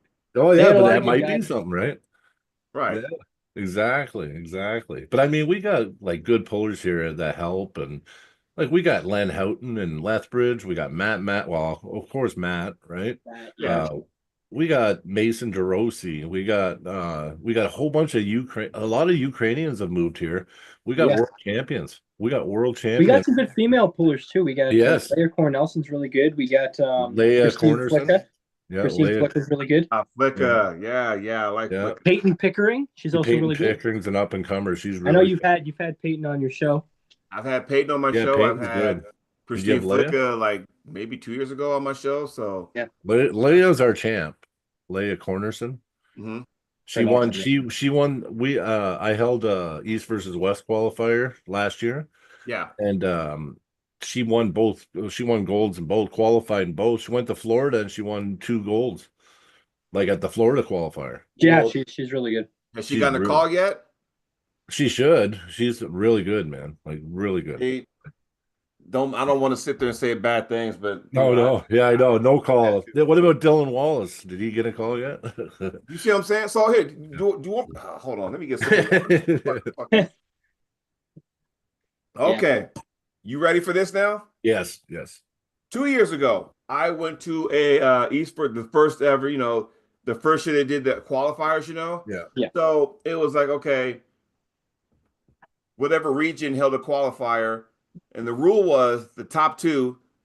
Go to Can you see the comment? Can you qualifier. see the comments on here? The comments on here? Oh yeah, they're here. Yeah. Y'all listening? Because I'm about to fucking, drop some. We got shit. 20 people in here, so they should listen. These are the facts. I can't see no comments, but these are the facts. I ain't dogging nobody. I'm just telling you like it is. These are the facts. Now, 2 years ago, when they had the qualifiers, the rule was the top two in every class qualified to the finals. Not a problem. I took second in my class. I'm thinking, all right, cool. I pushed my ticket to the finals, but I knew because of work I couldn't be able to go. Now, fast forward to the finals was held in Virginia. All the qualifiers from their respective regions or areas all came to Virginia. Cool. Yeah, that was the first year. Yeah, I remember. Right. Yeah. Here are some of the problems with that. All of a sudden, there were people there and they're like going, oh, just go ahead and give me $100 and I'll put you in. I heard that. Yeah. A lot of that going on. Hold the fucking phone. Yeah. What the hell you mean? All you gotta do is pay me $100 and I'll put you in. What the fuck did I qualify for? Yeah, why did Yeah, what? What about all the people that would have paid if they knew that? If that's the case, then why in the hell is everybody going to these qualifiers? All they had to do was make a beeline to Virginia then, if that was the case. Yeah. That's my argument. Because now you have people. You weren't the only one. A lot of people were upset over that. Oh, yeah. You have people who spent money on travel, gas money, hotel, whatever, to go to a qualifier where they didn't have to do that. And all you're going to do is sit there and say, give me $100 and you're in. Fuck that. Yeah, they earned it too. They earned that spot where it's like, hey, Well, you didn't earn shit. At that point, though, you feel like you didn't earn anything. You feel like, oh, okay. So that's why Toulier didn't qualify or this guy didn't qualify. They just knew they could just fucking pay when they showed up. Well, you know what I mean? I'm not saying their names. I'm just being hypothetical. Yeah. And I'm not saying those guys don't deserve it. I'm not, okay, when I'm saying this, I'm not blaming the athlete. No. But I'm sorry. That's bullshit. This is where I get in trouble a lot. If they play within the rules. I fucking tell the truth. That's bullshit. That's fucked up. We should. So that way next time they'll fucking think about it. When they go to do it, they'll be like, do we really want this being aired afterwards? Because it's fucking they bullshit. Should be worried about it. So I thought it was a money grab. I'm thinking, you know what? I want nothing to do with East First West. Nope. Fuck it. I don't want nothing to do with that. Number one, I don't think I'm on people here that elite level for me to participate anyway. So I don't care. But I'm not going to do that because I left a bad taste in my mouth because how are you going to discourage all the rest of the people who actually train for that and earn their way, and then just to see all these people just come in here? I'm like, that's fucked up. So that's a bad taste in my mouth. And then year two, the year two debacle. You remember what happened that one, right? There was a few things on here where Sarah McKinney, good friend of mine. Yeah, it took the money. Took Leia's money. Got to pull both hands and said, "Oh no, she took Leia's money." Yeah, she took Leia's money. Yeah, but it was like, "Oh, you can't pull both hands." I'm like, "Well, somebody else got to pull both hands, but now I can't." And then she went ballistic. F you, F that, thinking, And I'm sure, if she would have turned back the clock, she might have handled it differently. But yeah, that was fucked up. So I thought it was just like, okay, what are we doing here? And I'm looking at it like going, okay, and like I said, I'm gonna get in trouble for this, but I don't give a fuck because I'm speaking my truth. Now, Challenger Series. Oh yeah. I thought, and I could be totally wrong with this, people in the chat. So if I'm wrong, then I admit I'm wrong. But those people who won, Matt Mask, Hunter Knobs, those guys, Travis, they got calls to go to East First West. Yeah. A good friend of mine beat his opponent 3-0 from Italy. Never got a fucking call.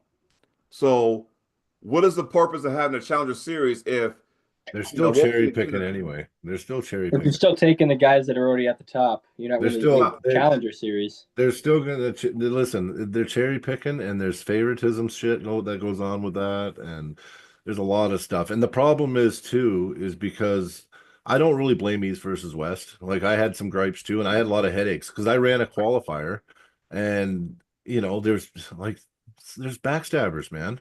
All of a sudden, I get told that my qualifier can't compete there because they're on a ban list, right? So I had to go through all this bullshit. Don't let me And get this me is started another with thing. that. Oh no, this is another thing. Okay, so no one can tell me otherwise.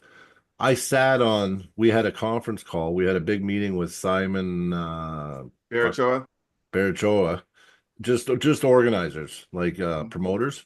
It was like me, Chance, James Reed, a whole bunch of us were on this Zoom call. And I only blame the promoters here. Because you know what? WAF doesn't give a fuck about us anyway. They don't get paid by us. We don't pay them. The government doesn't pay them. They actually don't care about our events either. They're not policing our events like you think they are. We got promoters that are policing our events and using WAF as a tool to hurt other promoters. And I felt it. I heard it. I heard some shady shit. And I'm telling you right now, it gives WAF a bad name because it's so easy. Like Leia was the one that couldn't go there. All she had to do was fill out a form and just say, like, listen, I didn't know. She competed at IFA. That's why, right? But anyway, everything cleared up. WAF was cool. They cleared Joey Costello got that shit fixed right away. There was no issues at all, right? And even Simon made it clear. He goes, listen, if you guys want to hold events and have WAF athletes, we don't care. We're not charging you any money. We don't even want money from you. But we do just want to know just who the athletes are, and if you can you do your due diligence when you're inviting people that might be on the WAF list. Can you make sure that you don't have banned athletes there? And I'll tell you why it's an issue. And I actually don't. I understand, and I don't think people should get so upset over it. WAF's position is listen, like they have lawsuits going on in Bulgaria. We know, right? They got a lot of shit going on. Not saying they're right or wrong. Like I'm not taking sides, but if they have their WAF athletes at this event, let's say in Canada, and they got all these other people that are on the ban list that maybe have their gripes about WAF, the way they look at it is it poisons them, right? Right. I mean, because people talk, everything else, and they just say, listen, we don't mind you using our athletes, but we do care about our reputation, and we don't really want the mixing because it makes a toxic, they say a toxic environment and it poisons the environment. Right. So they just asked for a list, and they sent us promoters that were on that call. They sent us these forms, and all it is if you want to have international people that are under WAF or whatever, you just fill it out and just say, listen, we've invited this person, this person, this person, this person, and under the band section, 0. We didn't invite any band athletes. And you know what WAF does? Nothing. They just don't care. They just, okay, no problem. Like you're good. Yeah. I mean, Yeah, like that's what I mean. Like people right. keep going mad. They're getting all mad. There's all these podcasts about WAF and like Paul Italia was going nuts. I'm like, you guys are like talking shit. Like you don't even know. I was on the fucking Zoom meeting. It's so simple. The only reason there's an issue is because, and I've seen it, and I'm not going to say their names, but like Montana Armbender, they got an event February 8th. Well, like a month out, they get an email or a text from somebody going, oh, did you register your event with WAF? You know what I mean? Another promoter, right? And then that promoter goes and contacts WAF. Oh, they got this guy coming. You know what I'm saying? And this is what I mean. Like we're actually the poison, not WAF, not this, not that. We're actually the problem. It's internal here in North America. But anyway, I just want to throw it all out there in a nutshell.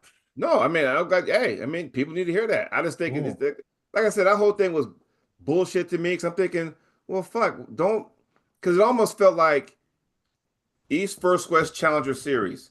Mm-hmm. If I say that, what do you think? What do you two think that means? If you're up and coming and you're challenging, it's a qualifier to get a shot at the elite level. Right. Yeah. Is that a gateway to that? Who knows? And maybe it didn't do that. That's like saying, like, hey, the MAC Challenger Series. I was like, well, what does that mean? Does that mean like I get to compete at a future? So look here, I'll give you one better. Knuckles Up, right? That's this Saturday. Yep. Now the Arnold coming up in Is there a qualifier? Yeah. well, yeah. So this is what Knuckles Up did. You go to the Arnold, and what happens if you win your weight class? You'll be guaranteed a spot on one of their future shows. Hey, Yep. Now, if you're left-handed, it might be tough because once again, us There's only so left-handers, many left-handed matches. right? You We'll know, try. but Yeah. if you're a right-handed person and you win your class, you're guaranteed a spot on their card. Cool. They said that, so there ain't no ifs, ands, or buts. You better No. hold up your end of the bargain, whatever the fuck, you know. So Yeah. you got to honor that. And they do. They had Steve Walker. I know he won the whole thing last year, and they had him on last year. Yeah. Mhm. Yep. Yeah. Yeah, They they had honor that. qualifiers, so I'm Yep. glad. But you Yep. know, it always comes down, and you know, and I will be not there, but I will be on part of the pregame show, whatever, for Knuckles Up, and I like what they do. You know, I'm Yeah, gonna I have my do purple too. shirt on, you know, representing, you know, that kind of thing. But I think they're just their production now. They just keep putting into their production, making that better, and mhm, they're just gonna go like this. right. So, you know, the thing is though, is like don't screw people around, man, because it's like how much of that is greed. So I mean, you know, who the fuck was involved? I'm not saying England was involved. I'm not saying that. I don't know if they even know what the fuck was going on year one during the finals. Exchanging money. That might have been a promoter thing, fucking everybody over. Who knows? That's what I was hinting at though. Like when I brought up Mhm, the WAF thing, that listen, like the North American East versus West was kind of being controlled by you know what I mean? Certain mhm. people, right? We So just went through this bullshit not too long ago in November with the Great American Bash. People yeah, I didn't heard get about paid, so that. they fucking put their feet to the fire. Kentucky That's or somewhere. bullshit. Or no, where was that? That was in Tennessee. Yeah, yeah. That was a big one too. You had Yes, like what the Bishop fuck are y'all there, doing? Knopf's. Yeah, I We are know. trying to get people to love our sport, and yet you got promoters doing that bullshit. Yeah, but That that pisses same me off. promoter now, you know what? I thought maybe, but now I've seen him with three major controversies in the last year. yeah, You know, like that guy's that you know what? You start becoming mud pretty quick. You know what I mean? So I mean, like they were, you know, and 98% put those guys on fucking you know, on their show and shit. And Sean Hancock was like, "Look, I'm for the yeah, athletes. Y'all fucked up." And he's basically yeah, said, "You need to pay those people back. I don't yeah. give a fuck if you're unemployed or not. Pay those motherfuckers back." You Yeah. know, Well, we said the same thing to Billy. So right? back, yeah, everybody, the whole community did. So I think what pissed everybody off. Not only that, but then the following weekend, he goes to a tournament. I'm like, wait a minute, hold on. You got money to go to a tournament the following weekend, bringing your wife and kids, which means there's travel, oh yeah. hotel, and then we see you at a fucking in a casino. I'm like, what the fuck? Yeah. yeah. Plus, he That, kept a little bit of money that day. I heard. You Yeah, see what I'm so I saying? don't Like, know. okay, then you know he had the GoFundMe and all that bullshit. And it's like, all right, he finally made good on his bet with me later down That's the road, good. but which is good. But it's That's like, good. you know what? After that debacle, I came home and my wife was like, you know what? You need to start knowing your worth. Yeah, You it's know, true. like you need My to wife start tells like me the same thing. Yeah, you are at a point now. You've been in the sport long enough, and you've done a lot of good things to where, you know what? Hey, you know, I'll come to your event. What's it going to cost you to have me there? I'm not saying so much that because I'm I know not what one you of mean. those guys where it's like, oh, I'll come to your event, but I need 1,500, 2 grand appearance fee. I'm I not doing hate all that. that. That's not No, no, me, I hear you. you know, but you don't want to get screwed or it's like going, if I was told that, you know, I'm getting this, and all of a sudden I'm like, what the fuck, you know? Because, and I told Carnegie this. I mean, this is like, you know, there's some other stuff we talked about that's between him and I, but Yeah, I kind of put the base out there. I'm like, hey man, I don't want another, you know, Billy Berg episode. He was like, oh no, if you don't trust yeah, me, go yeah. talk to some of the people that went to my event, the last one. Well, I know already that you'll be looked after before because, like I Mhm. said, I was talking to him and he's looking at even some of his sponsors sponsoring athletes. So that Mhm. way we can get you guys over here, you know, or at a Mac event or, you know, whatever. Right. So Right. I was talking to him directly and I said, maybe through the fingers, we can help sponsor Joe, get Jody over here. Right. So that Right. means money would be, you know, like that means you'd be paid for. Your plane would be paid for probably, you know. I don't know, right? But I'm just saying, like things would Right. Just as probably an be example. lined up for you, right? Yeah, Right. exactly. Not just you put out all this money on a hope and then you get there, yeah. the guy goes, I got no money. Well, what do you mean you got no fucking money? You go invite fucking Gabby, you know, you got Jody, you got you got Cody Merritt, you got all these crazy pullers here, and you were relying on entries with when you Well, have the biggest tournament, when you have the biggest tournament in fucking Manitoba 2 weeks later. You think people were actually going to go to your fucking event? This In is the why middle of I'm nowhere mad. too, eh? Yeah, in the middle of nowhere, 2, 3.5 hours from the airport out in Steinbeck, fucking Manitoba. So all I'm saying is we all seen it and knew it before the fucking it even happened. And then when it right. happened, we were like, oh, you just make us look bad. Like, you know, like Nah. I don't know. It really stained us promoters because it just like it's our reputation too. You know what I But mean? yeah, so same thing here in the States. You go around thinking, dude, what the fuck, man? And like, okay, so now this is where I got chastised because I'm supporting the ladies, right? I'm supporting the ladies, division. So this round robin coming up, they had the same one last year, right hand. So this year is left hand. So you got people like Ursula and Sarah Wilson and Michelle Dugan and all that, and everybody underneath the sun coming. So I put the flyer out there. I'm thinking, all right, let's go with the ladies. And then the problem was, it was that the original post came under beast mode. Beast mode was the group that fucked everybody over in Tennessee. And so I got text messages, phone call saying, bro, why you support those guys? I'm like, I'm not. What do you mean? Well, what are you doing? I'm like, I'm supporting the ladies, not beast mode and what they did. I'm supporting just the women's division. I Yeah. said, that's what I'm doing. And they're like, you know what? I know where you're coming from, but you might want to, edit that post because it makes it look like you're supporting beast mode. I'm like, no, not at all. So I had to go back, re-edit that, just so we're clear. I'm here to support the women and nothing else. Yeah. I want to make the 1,000 because I'm like, no, that's bullshit. Like, because Yeah. Well, you again, can't go somewhere because you might be supporting somebody. Like that's yeah. well, I mean, yeah, it's stupid. I'm like, I don't support what they did. They fucked everybody over. And it's like Yeah, going, why would you support that? Yeah. Yeah. because now people are going, well, wait a minute. You're going to have another tournament and you ain't even finished paying the other people you owe money? What the Yeah. fuck's Yeah. up with that? Yeah. Yeah. So, again, it's one of those deals and it's hard. And then you wonder why our sport that we all enjoy and love can't get on the national stage because Right. everybody's fucking each other That's Yeah. right. behind the scenes. Yeah. It's Promoters true. fucking It's each other, promoters, mate. Promoters are the biggest one. backstabbing. Like, this is the reason why. What the Yeah. fuck? Listen, we've done something in Alberta other than one person that I can't really mingle with, but I try anyway. But Mhm. I can't. Guys that just anyway, fuck him. But Fuck most of that us, guy. yeah, fuck that guy. Yeah, but we work together here though. Like, I'm in good contacts. Like when Perry, we've got a big battle zone coming up here in February. There, Mhm. that's one of our big ones we have in Alberta every year is battle zone. It's fucking huge. We get the best in 21st Canada. of February in Hinton. Yeah. 21st in Hinton, yeah, Alberta. And then we have like Our Infinity's doing one. I'm not part of them. I'm just like I walked away. I'm not that's Ronnie's thing now, Our Infinity. Right. But they're doing an event coming up. Lethbridge will have an event too in March. But we all work together, we know, and none of that we promote. So like even though I'm a promoter and everything, I'm Yeah. constantly posting for those events or on the podcast. We're having their matches on or their pullers on, and we're doing everything we can to promote all the promoters. And then Right. that way, when I have an event, they help me too.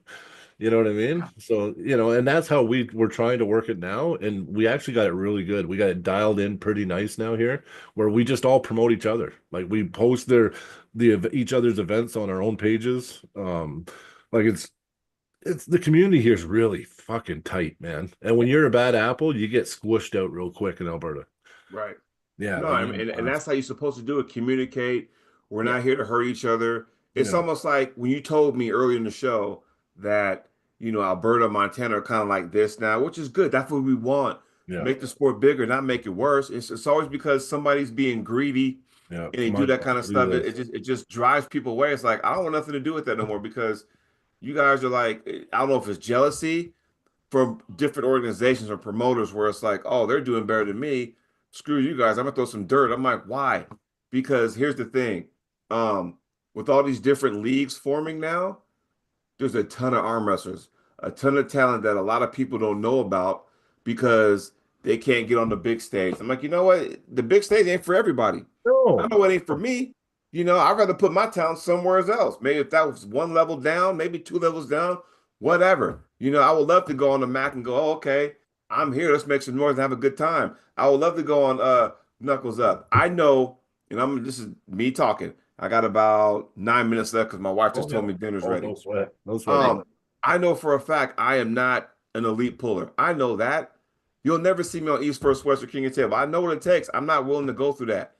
That's not me. Now you take a step back, High okay, cool. level pro. KU, give me a call. Matt, give me a call. Arm guys. I'm going there anyway. Arm wars, been there. I want to do it again. That's like the next notch down. And you get an opportunity on the stage to do that kind of stuff. Montana Arm Banner, there's another one. Hey, guess what? You've had RVJ there, you've had Todd Hutchings there, so hey, that's awesome. And I like what people are doing They because got RVJ and Sanders against each other this year. Yeah. see that? And it gives people, global elite, same thing. Yeah. Was it AWC? AWE. Yeah. So it gives people opportunities Mhm. to showcase their talents to everybody. Oh, I didn't know where's this guy come from? Hey, you know what? And if they keep kicking ass, hey, where did he get his start from? Ooh, you know what I'm saying? Yeah, I like exactly. that. And we need to, stay on board and do that, not try to tear each other down. Don't lift each other up. Yeah, lift us up Right. and try to yeah. We don't need people fucking trying to tear each other down or promoters fucking trying to pocket money. I'm like, Yeah. fuck, No. dude. Like this The sport is sport's not big enough, right? It's too Right. small right now. It's too small. Like you had a guy recently, which I can't believe I still can't believe it. I can't believe it. But like a theft, like that theft happened in California? yeah, and when Again, I heard who it was, you would never think that guy would be the guy that would be able to do that. He Like, came to my tournament.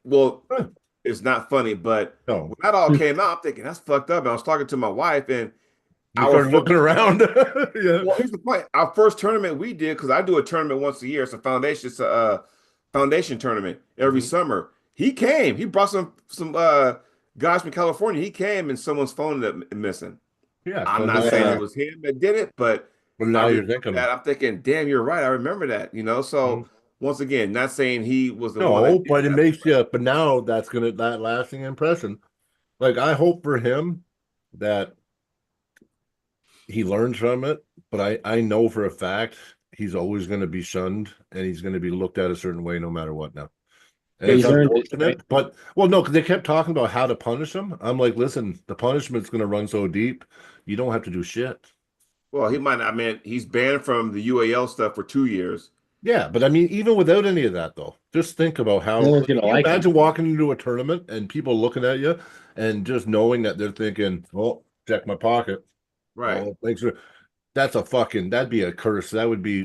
He's gonna have to live with that forever. So Yeah. So to me, like I that's said, everybody in the chat, Zach, Brian, why can't our sport get the mainstream? It's bullshit like this. People stealing, promoters screwing each other, promoters not paying the athletes. That's the reason why our sport can't get up off the ground. I agree. Yeah, What are we because doing? if we all work together, it'd be easy. Right. Knock that shit off. And like I said, y'all can feel free to blast me on fucking social media for saying what I'm saying, but I'm telling the fucking truth though. So they won't. No, you'll be good. So I mean, we only talk the truth here. I mean, sometimes I need a filter because sometimes I just go off. Zach's like, here's the thing though. You know why you go off though? Because you're passionate about what you talk. You're passionate. That's all it is. Yeah. Yeah. If you're upset about some of the stuff I just mentioned, and then Brian, you're getting all fired up, ramble. You had to take a couple bites to calm your ass down. But yeah, I know. Because you're passionate. Stress eating. Yeah, Zach. I mean, Zach.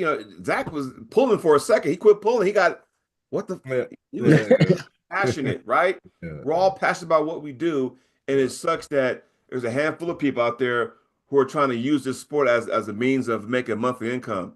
Knock it off, man. Here, check it out. I can name 5 people on one hand who can make money as a monthly income just by arm wrestling or being involved in it. It ain't a lot of us. No. No. Think about this. I can mention Cody Merritt, world champion, still has a job. John Brzezinski, best ever, still has a job. You see where I'm going with this? Yeah.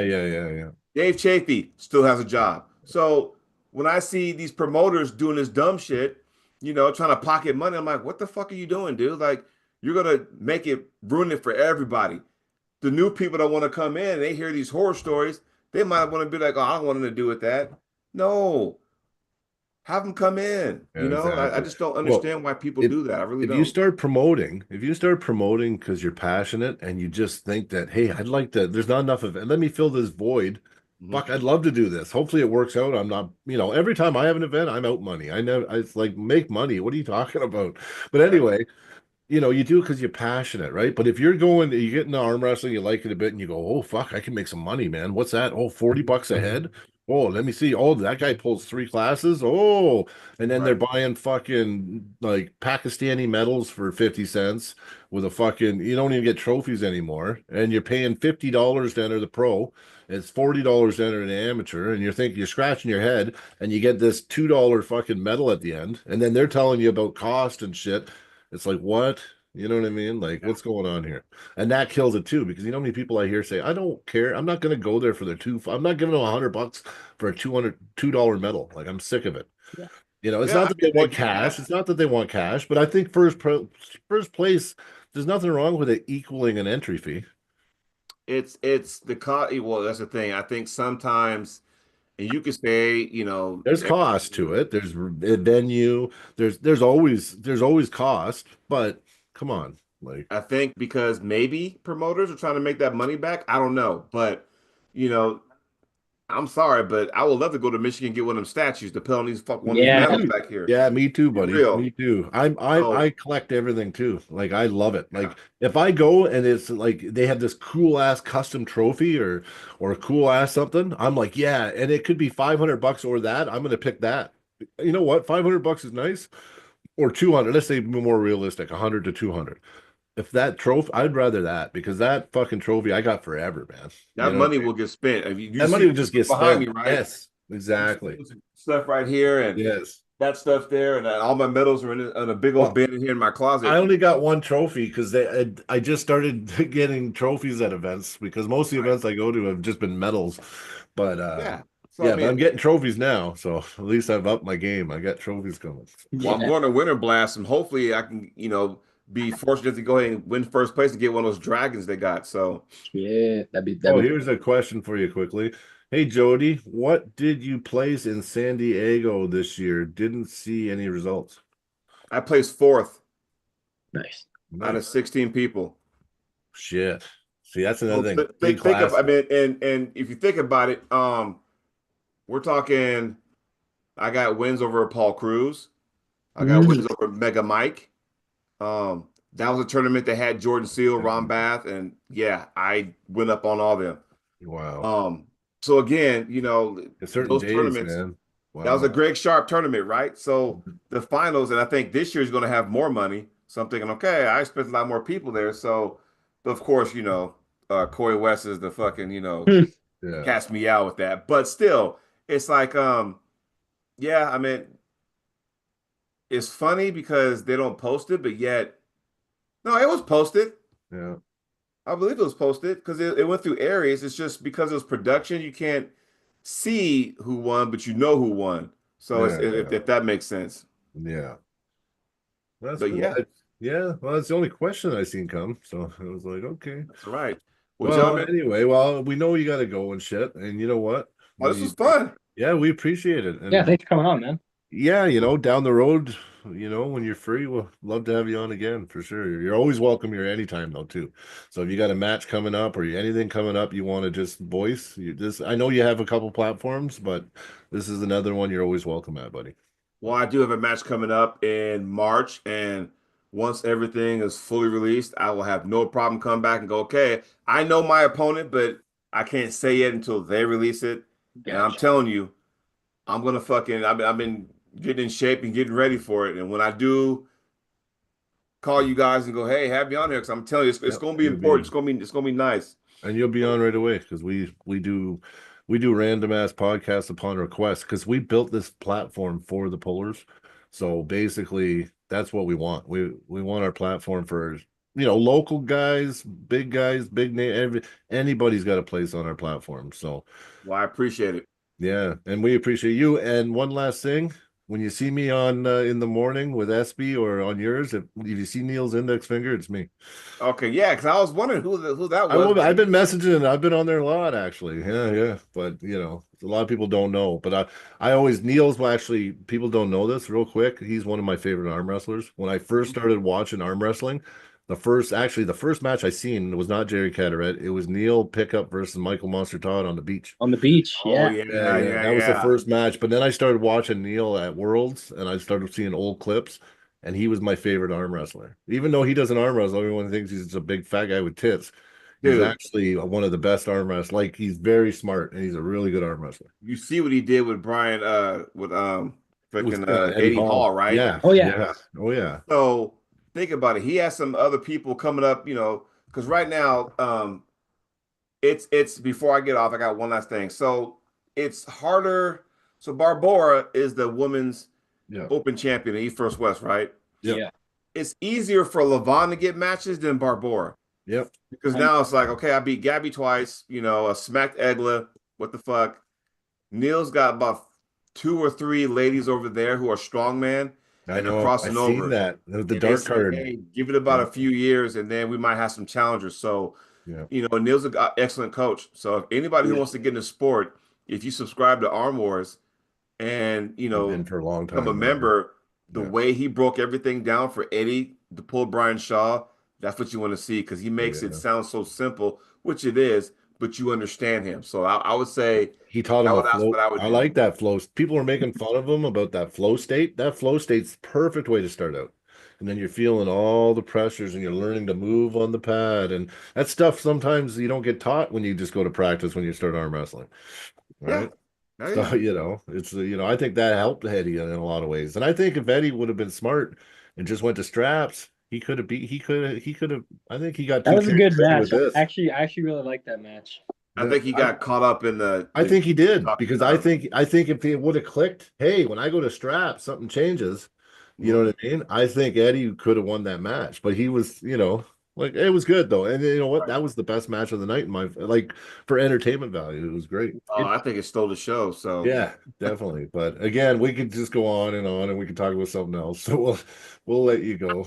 We all right. again, Hey, Zach, Brian, thank you for having me on the yes, show. We'll talk thank soon. you for sure. Easy, Okay, man. everybody, stay Peace out, strong. everybody.